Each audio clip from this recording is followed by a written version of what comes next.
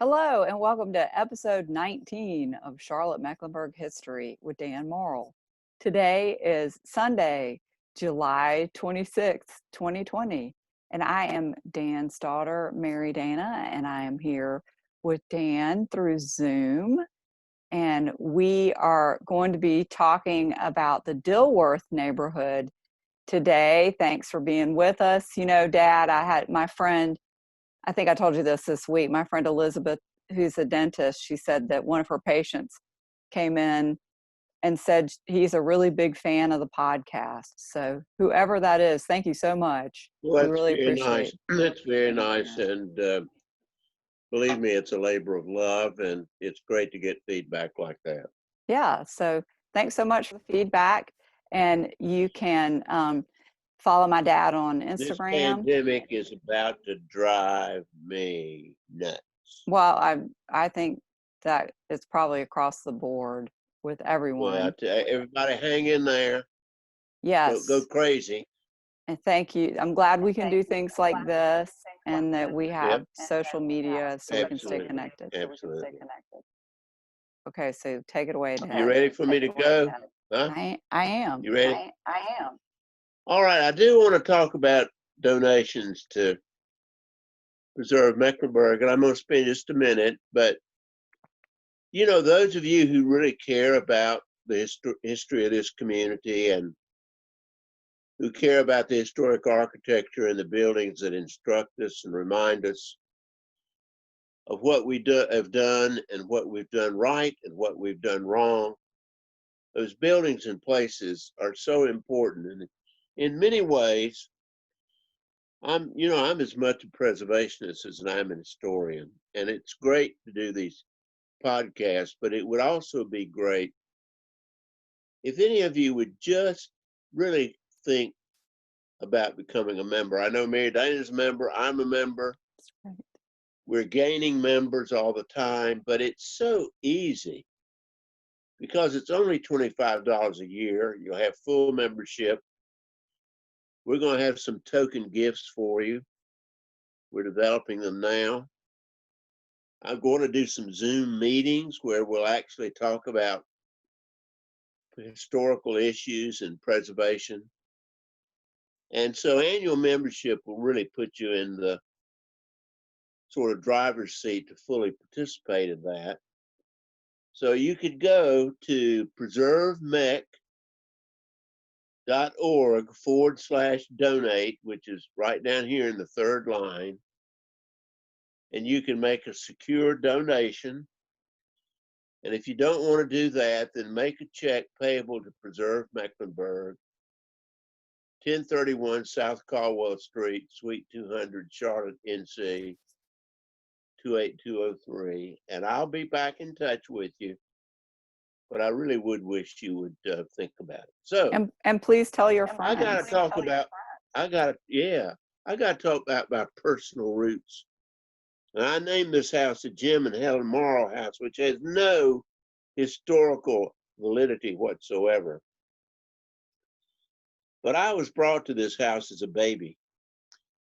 This is where I was brought home from the hospital in Dilworth, 1812 East Boulevard in 1937, after I was born at Mercy Hospital. And even though I grew up in Winston-Salem, my goodness gracious, my roots are deep in Dilworth. And Mary Dana has deep roots in Dilworth too, because this is where my wife grew up, her mother and father, Frank and Margaret Caldwell. I had some of my first dates with Mary Lynn, and we're about to celebrate our 59th wedding anniversary.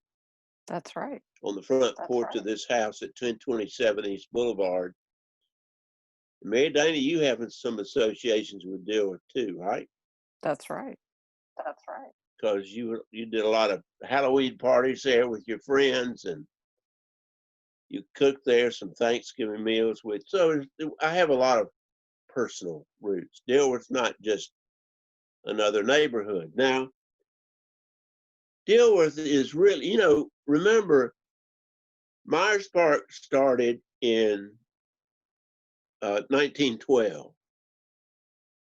And Eastover started in the mid-1920s.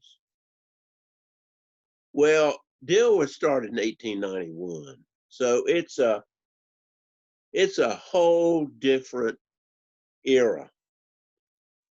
And when Dilworth opened in 1891, there were no automobiles in Charlotte. And so Dilworth was totally dependent upon the streetcar, upon trolleys.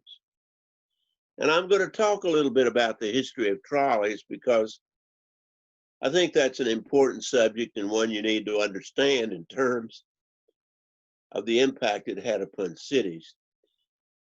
Now, you know, Edward Dilworth Latta belongs to that same crowd that we've already been introduced to. We saw it with Daniel Augustus Tompkins. He and Latta were born in the same year, 1851. We saw it in Frank McNinch. We saw it in John Springs Myers. We saw it in James Buchanan Duke. And you know, there are a lot of people now that are criticizing these really powerful entrepreneurs of the late 19th century, and they certainly had their faults, as all of us do. But my goodness, we wouldn't have the city that we have today without these people. Now, Edward Dilworth Latta. Dilworth is named for his mother. Her maiden name was Dilworth. Edward Dilworth Latta was from South Carolina. So many people who were important in Charlotte's history came from South Carolina. Mary Dana, you lived in Easley, and Pendleton's not too far from Easley. I did. Pendleton district of South Carolina. That's where he really grew up. Just like Edward Dilworth Latta, he went north for his education. He went to Princeton. He never graduated, but he went there. He came to Charlotte on the railroad like everybody did in the 19th century in the mid-1870s, and he opened a men's clothing store with his brother, Latta Brothers. He later went in the manufacturing business. He actually manufactured men's trousers. And he came to Charlotte because Charlotte was it was a growing, prosperous place. And, you know, he had all the wonderful qualities that so many people talk about today. You know, he was a social Darwinist. He was a white supremacist. He was a segregationist. But he also was an extremely innovative thinker. And he was really wanting to make Charlotte a significant and important place. Now, I'm going to show you some horse-drawn streetcars. Now, these are not trolleys. These are streetcars. Trolleys is a subset of streetcars.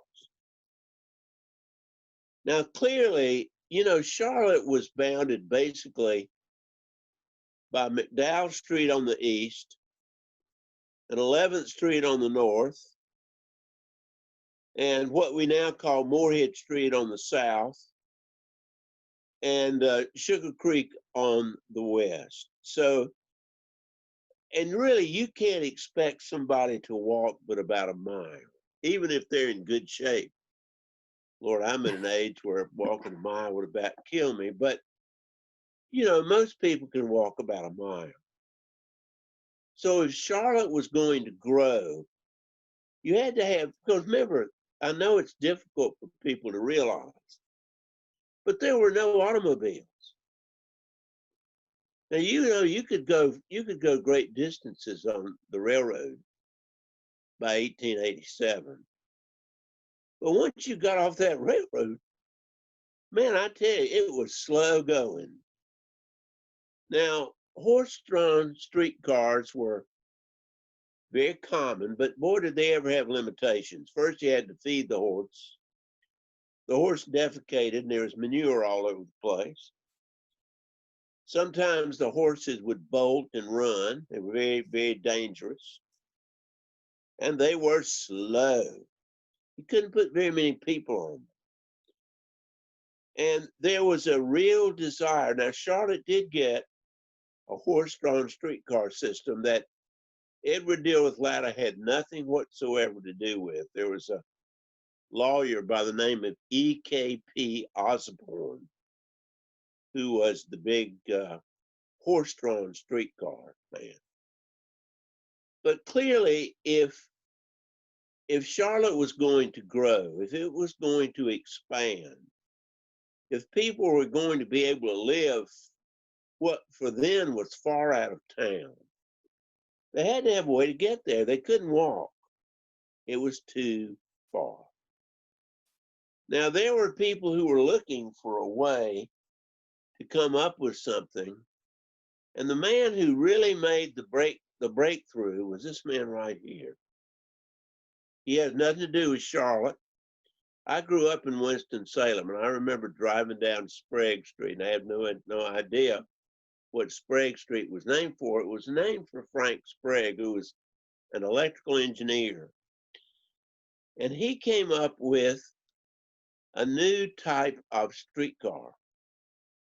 You remember I said that trolley is a subset of streetcar. And it was in Richmond, Virginia, that Frank Sprague first came up with this idea of getting electric power from an overhead wire and taking the electricity by running a wheel along that wire, which was really the trolley, bringing that electricity down and allowing a streetcar to operate. And this was a revolutionary thing. Now, there were cable cars. A lot of people think when they're cable cars, they were just in San Francisco. There were cable cars in other cities too, Cleveland, Ohio, Chicago. But they were very, very difficult to maintain. And they were very, very expensive. You really had to have a big market to even think about a cable car. Mm-hmm. Well, when Latta saw this invention in 1888, he said, I need to get one for Charlotte because I want to build a suburb.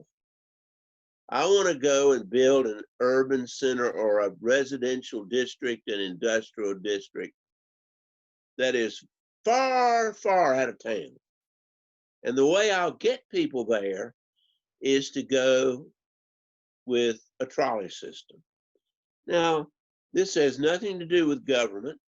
He had to get a license and a permit from the government to operate on the streets, local government, but it was all privately funded. And the man who put in the Charlotte streetcar system was Thomas Alva Edison. Now, I know, I think Edison's one, we got a phonograph from him and a light bulb from him, and Lord knows so much stuff. He was known as the Wizard of Menlo Park because he had this big laboratory up in New Jersey.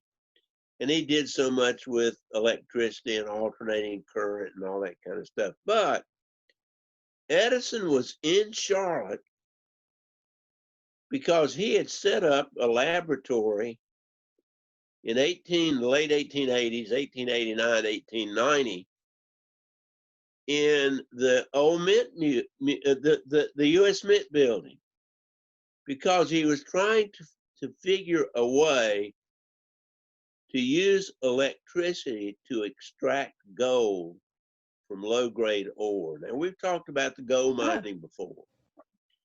And he's in town. And I have actual record that Edison went to have dinner with Edward Dilworth Latta in Latta's home on North Tryon Street. Well, I'm sure that Latta was talking to Edison about one thing, and that one thing was trolleys.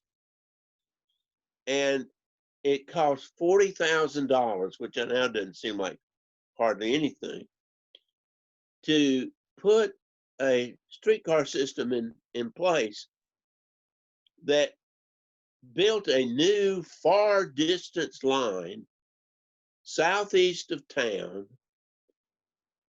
to land that a company that Edward Dilworth later established called the Charlotte Consolidated Construction Company.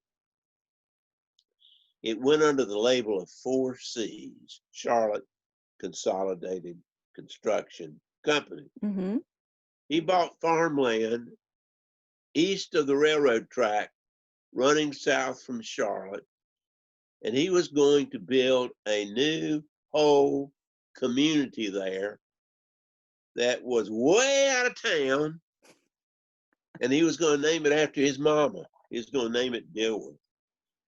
And also, he put, for the first time in Charlotte, long-term home financing for people to be able to buy homes. And on the front of the streetcar, I've written it down here below. And by the way, this is a convertible trolley, meaning it was for hot weather. In other words, you notice the whole side of it's open here. Mm-hmm.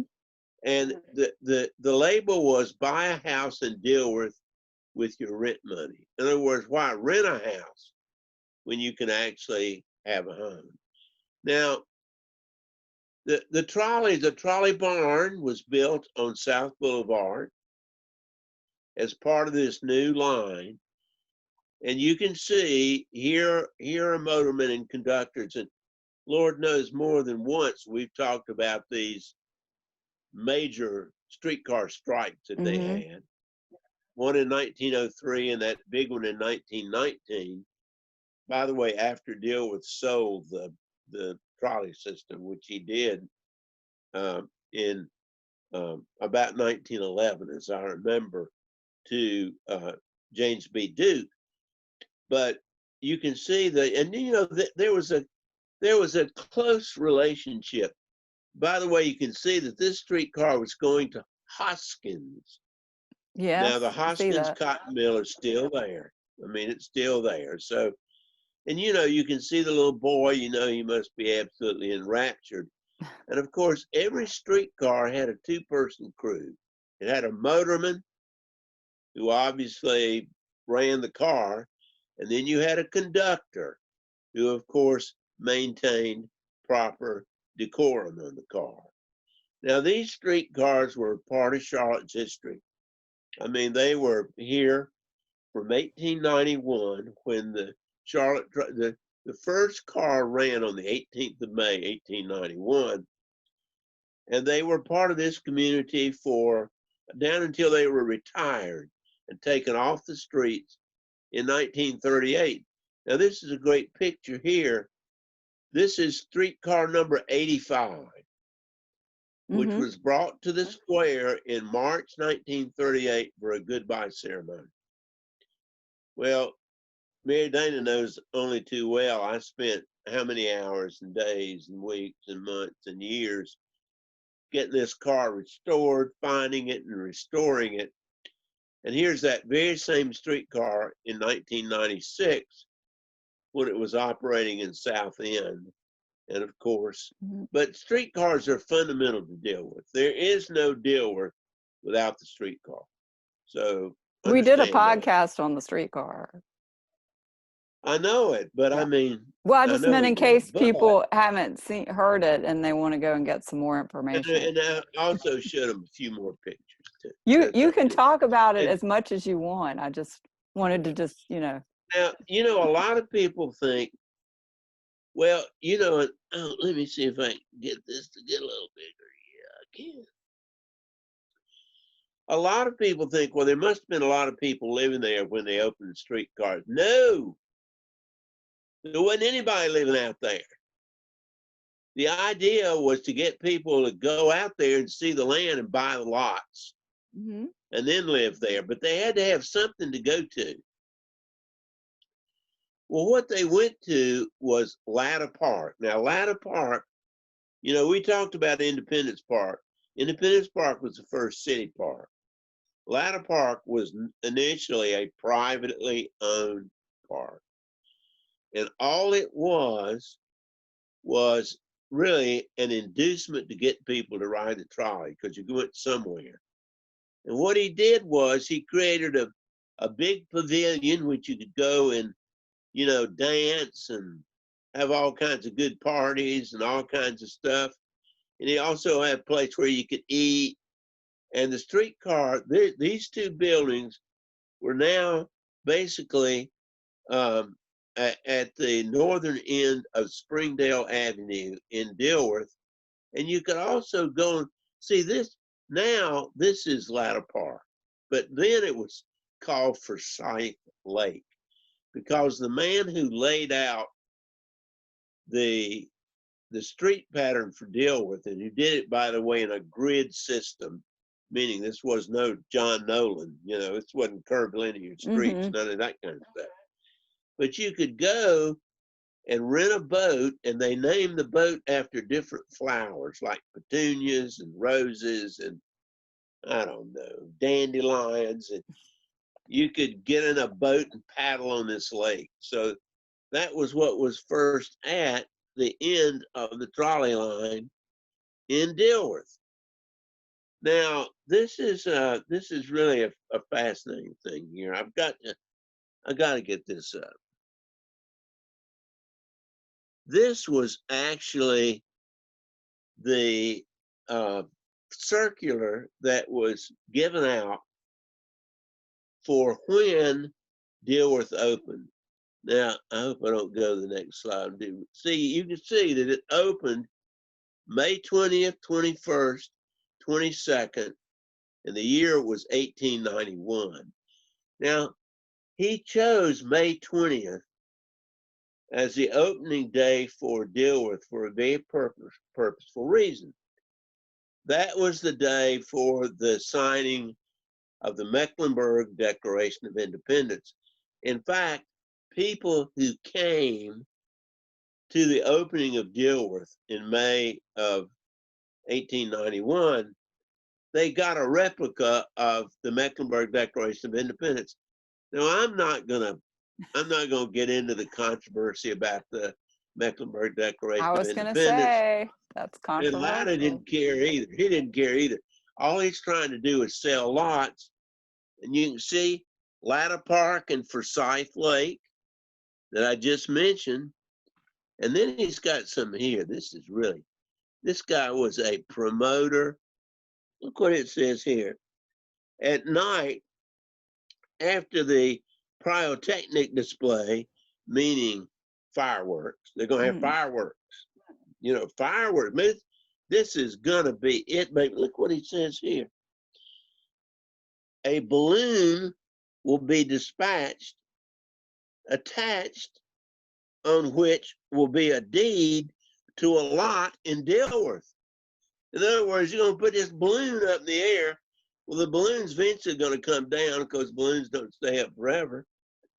And there's going to be a deed to a lot. So you could come out there. Of course, I know what people are going to say.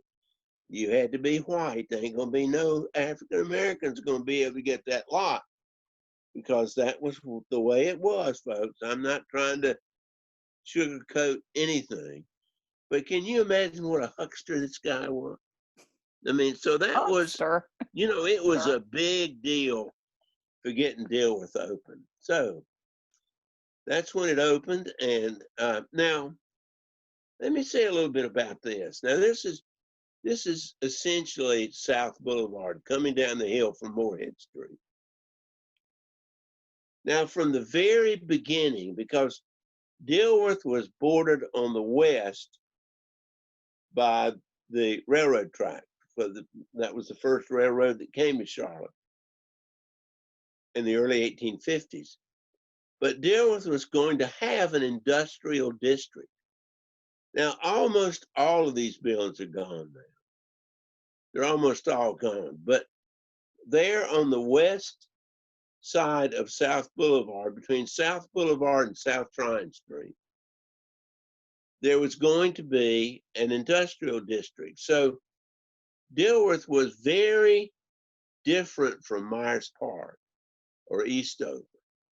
in the fact that it was much more complex than what was going to be presented. Now, this is a test for you, Mary Diana. I've shown you this street name before. You remember why I showed it to you before? I showed it to you when we did the podcast on Noda, Rensselaer. That's a street in Dilworth that runs off of South Boulevard. Do you know why I did? Do you remember? I can't remember because No, somebody she went to doesn't remember. school somewhere, I or wonder if somebody anybody lived out there, I wish somewhere. I had two-way communication. Somebody went to school at Rensselaer Right. Polytechnic Institute, Troy, New York. You know who it was? It was Daniel Augustus Tompkins. Oh yeah, Now, okay. I do remember so now. see, Edward Dilworth Latta was a great admirer of D.A. Tompkins. They thought exactly the same, that in order for the South to rise from the economic ruin that was brought to the South because of the Civil War, that the South had to industrialize. And so Tompkins was a big promoter for industrialization. So Latta, who wanted Charlotte, just like John Springs Myers, Latta, who wanted Charlotte to be really an important place, a really significant city, he thought it ought to have an industrial. So, you know, when you go down South Boulevard and you see Rensselaer, remember that is in honor of D.A. Tompkins. So that, you know, that's now, I don't think this is an accurate photograph. I think this is a kind of a conglomeration. But in 1893, I'm sorry I didn't hit the print after the three. But anyway, D.A. Tompkins built and owned the Atherton cotton mill. Now, Atherton was a very prestigious name in the textile industry because they were located in Massachusetts and made excellent machinery. So it'd almost be like naming a mill like the Apple Mill. I mean, you know, it was big. This would be sort of a fancy name, if you will. Now, D.A. Tompkins only owned 3 cotton mills. One in his hometown of Edgefield, South Carolina. One in High Shoals in Gaston County. And this one, the Atherton Cotton Mill. Now, the depiction of Black folks picking cotton, which has all kinds of connotations to it, in front of the mill, I think that's, I'm not saying that African Americans didn't pick cotton, because they certainly did. I'm not saying they just did that. They did other things too. I'm not saying white folks didn't pick cotton. They did. I just don't think this is really an accurate picture. But I can say this is an accurate picture. I'm looking right across those railroad tracks, which are now the light rail line. Same, you know, tracks. Okay. But there's the Atherton Cotton Mill. You can see that big smokestack. Let me go back there. You can see that big smokestack there. Mm-hmm. That's the Atherton Cotton Mill. It's now condominiums. It's adaptively reused. But D.A. Tompkins' mill is still there. And I remember years ago, everything with me is years ago. I drove down there and saw that mill was still there, and I got real excited. I said, oh, how about that? The thing's still there. It's unbelievable. Now, there used to be a big mill village down on South Cleveland Avenue. This is at 2005 Cleveland Avenue. This is the only remaining mill house. And it's under renovation here. It's now been fully renovated. And this was a cotton mill house, big mill village, all kinds of mill workers. So there weren't any mill workers living in Eastover. There weren't any mill workers living in Myers Park. Is that house designated as historic? Is that? It sure is. It sure is. In fact, I remember when we recommended its designation, I had somebody say it's like putting lipstick on a pig. They thought that was the dumbest idea they'd ever seen. Well, I'm glad we did it Yeah, me too. because that really helped it be restored. And so you can drive down Cleveland Avenue today and see that one remaining mill house. And by the way, there's a nice display in the Atherton cotton mill of the D.A. Tompkins and the Atherton cotton mill. So you can go in there. Now, there are a few other buildings remaining. I didn't get them all, but I got almost all of them. This is, you can see, it's in the National Register, 1900 South Boulevard.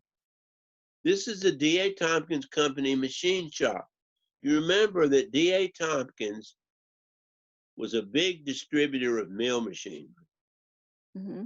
And obviously he had to have a machine shop to, you know, put this machinery together when it was shipped in on the railroad and so forth. Well, this building's still there. I think it's very endangered, by the way. You can see it's 1904, 1905. But Tompkins was deeply involved in making Dilworth happen. You know, Tompkins' little hands about everything. You remember the store building, the hand pharmacy up in No Dock? You remember that? I do. This served the very same purpose. This was the Leeper and Wyatt store, which did have a drug component to it, had a meeting hall up on the second floor. It's at 1923 South Boulevard, built about 1903, just about the same time that the hand pharmacy was built. They look very So there was a whole industrial district that was here on the west side of Dilworth. Now here is fire station number 2. There was really a big, and by the way, when this was first used, it was built in 1908, they were still using horses to draw, to pull fire engines. Because you couldn't put trolley lines everywhere.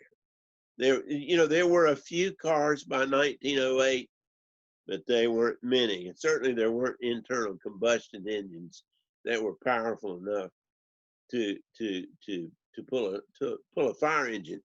This is a fire engine number 12, and there was a big effort to save this building from being destroyed. And of course, happily, it's still there. I think it's used as sort of a salon now. Oh. But that's Dilworth Fire Station number. Now Number I did 2. a little teaser. I guess I'm being like Edward Dilworth Latta. I'm trying to You're market. gonna set loose a balloon. What I did was I asked people on Facebook, anybody know what this was originally used for? Well, you know, do you recognize that building?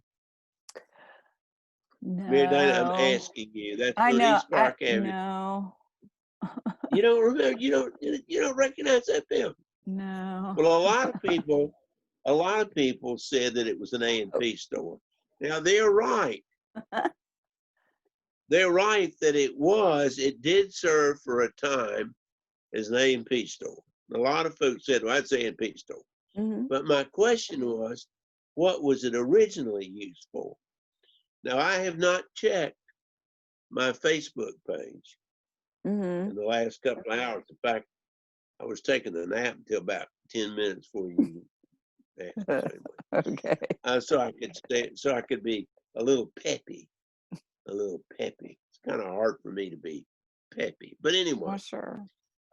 that's not what it was used for originally. That's what it was used for. This is a photograph of the building when it was built, the year it was built in 1922. Let me see if I can make this a little bit bigger. Can you read what that sign says? Made in Carolina's Exposition. That's exactly right. In other words, you know, what did D.A. Tompkins and Edward Dilworth Latta think the future of the South was? What was it? What did it have to be? It sounds like manufacturing or industrial. Exactly, industrialization. And this was a big deal in 1922. They brought people from both Carolinas by rail because the railroad track's right beside this building. Now the light rail line. Trying to And think so where it they is. had, Okay. they literally had.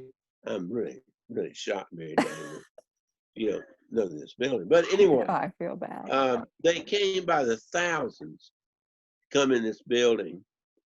And you remember that little building your mother used to have her little booth in? Oh, there yeah. Yeah. Well, that was the ticket.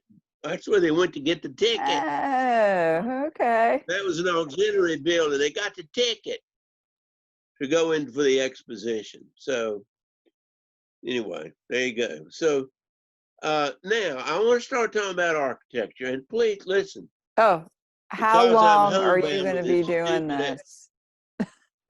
How long have I been Is this a talking? good, well, over 35 minutes because I forgot to start Wait a minute, I've been talking timing. over 35 minutes. Yes. Mary Dana, this is going to be a good place to start Well, for our next deal on Dilworth. well, that's Because why I what stopped we're you. going to see, what we're going to see, the largest collection of substantial pre-1900 houses in Charlotte are in Dilworth. Oh. And you're also going to see a major transformation that occurs in the type of style of house that's built. So now this one, I got a minute. This one at 400 East Kingston Avenue, see who the architect was? C.C. Hook. We've seen him before. Man, now this is a Queen Anne Victorian house. It is so far from the Duke Mansion. Yeah. I mean, it's so far from the Belk Mansion. It's so far from what C.C. Hook later does that because when he came here in the 1890s to teach school and got involved in architecture, this is what was popular. Well, it's not going to stay popular.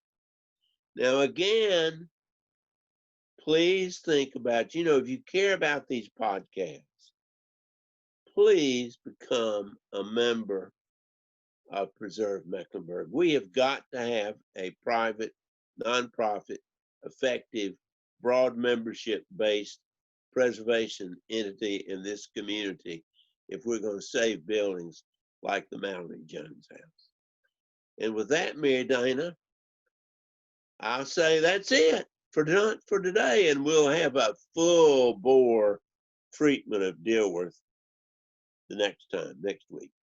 Okay. Well, thanks everybody for joining us. And Dad, thanks for all that great information. I feel like I got an F for my knowledge this week if I was in your class. Well, that's all right, because if you make an F, it means you're learning. Okay. I will try to retain this information for next time. I understand. Okay. Well, thanks everybody. And we will look forward to seeing you next week for part 2. Bye. And thank you for what you do, Mary Dana. Bye, Oh, everybody. yeah, it's my pleasure. Thanks. Bye.